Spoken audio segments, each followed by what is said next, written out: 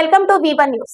నిజామాబాద్ జిల్లా బోధన్ మండలంలోని కల్దుర్కి, సిద్దాపూర్, ఖడ్గావ్ మరియు సాలూర మండలంలోని హున్సా, కాచాపూర్, మంజీర నది పరివాహక ప్రాంతాలైన గ్రామాల నుండి ఇక్కడి నుండి కుమన్పల్లి, సాలంపాట్, పెంటకూర్ గ్రామాల మీదుగా ఇసుక అక్రమ రవాణా రాత్రింబవళ్లు అని తేడా లేకుండా నిరంతరాయంగా కొనసాగుతోంది. ప్రభుత్వం కాంట్రాక్టు పనుల పేరు వంకలు చూపుతూ అక్రమార్కులు వారి చేతివాటం చూపిస్తున్నారు.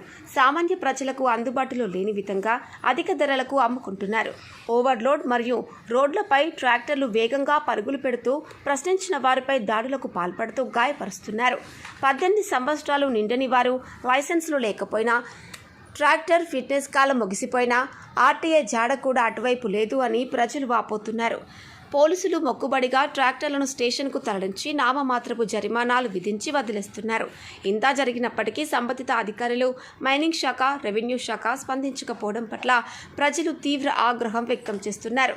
గతంలో మైనింగ్ శాఖ వారు నిబంధనలు ఉల్లంఘించిన వారిపై బాల్టా చట్టాన్ని అమలు చేసి కఠిన చర్యలు తీసుకుంటామని ప్రగల్భాలు పలికినప్పటికీ ఇప్పటికీ అమలు పరచడంలో పూర్తి స్థాయిలో విఫలమయ్యారని స్థానిక బీఆర్ఎస్ నాయకుడు హరికృష్ణ తెలిపారు.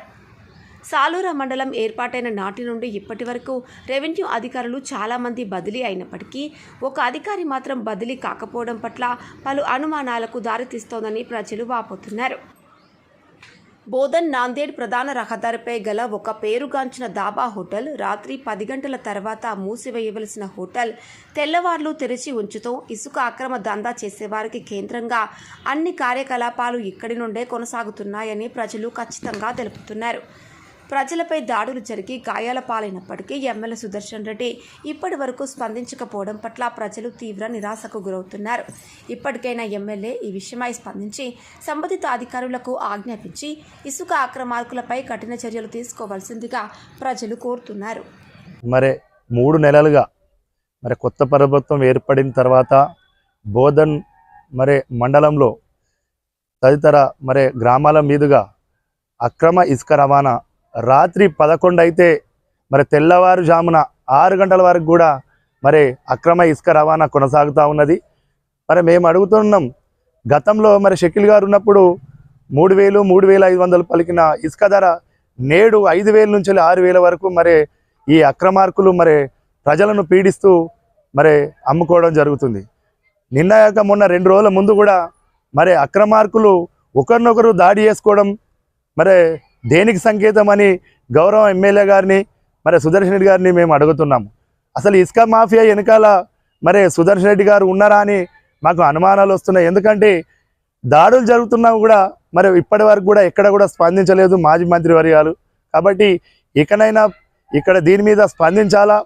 పేద ప్రజలకు మీరు పర్మిషన్ల పేర ఇస్తున్నా కూడా అరకొర వాళ్ళకు సప్లై చేస్తూ రాత్రి 11 అయితే పొద్దున ఉదయం 6 గంటల వరకు కూడా అక్రమ ఇసుక రవాణా విపరీతంగా కొనసాగుతున్నా కూడా పోలీసు వారు కానీ, రెవెన్యూ వారు కానీ, స్థానిక ఎమ్మెల్యే గారు కానీ ఎక్కడ కూడా స్పందించిన పాపాన పోలేదు.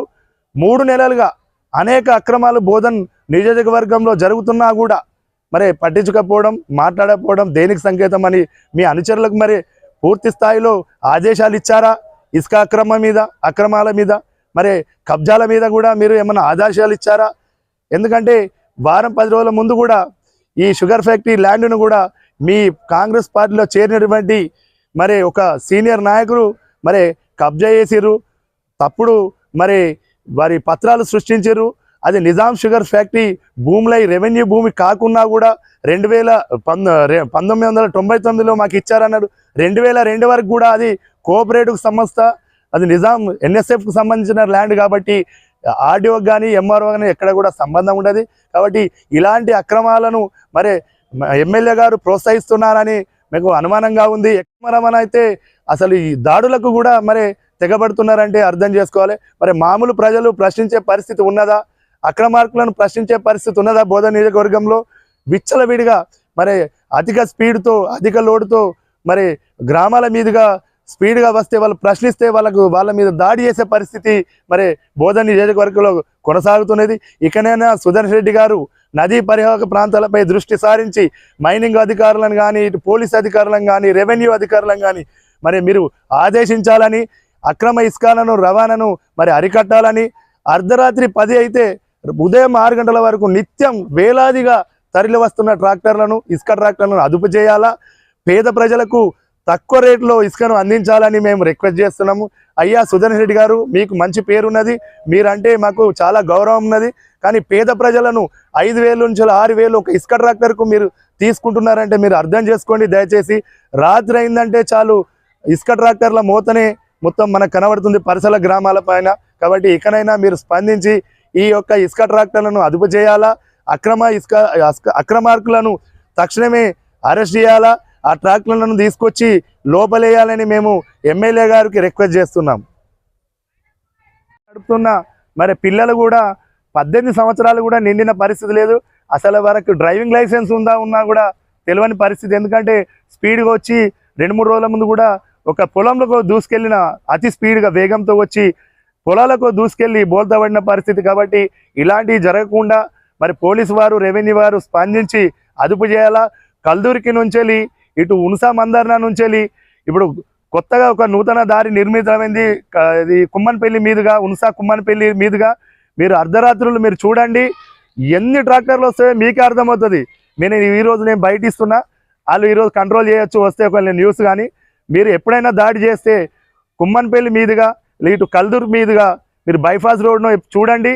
అర్ధరాత్రి ఎప్పుడైనా మీరు చూడండి, 10 నుంచి 20 ట్రాక్టర్లు మీకు ఖచ్చితంగా మీకు దొరుకుతాయి. కాబట్టి పోలీస్ వారు స్పందించాలా. గతంలో నేను అధికార యంత్రాంగానికి నేను డైరెక్ట్గా సిఐ గారికి, ఇటు ఆర్డీఓ గారికి కూడా ఫోన్ చేసి విన్నవించిన, సార్ రాత్రుల్లో యథేచ్ఛగా అక్రమ ఇసుకన కొనసాగుతుంది, దీన్ని అరికట్టండి అని నేను రిక్వెస్ట్ చేయడం జరిగింది.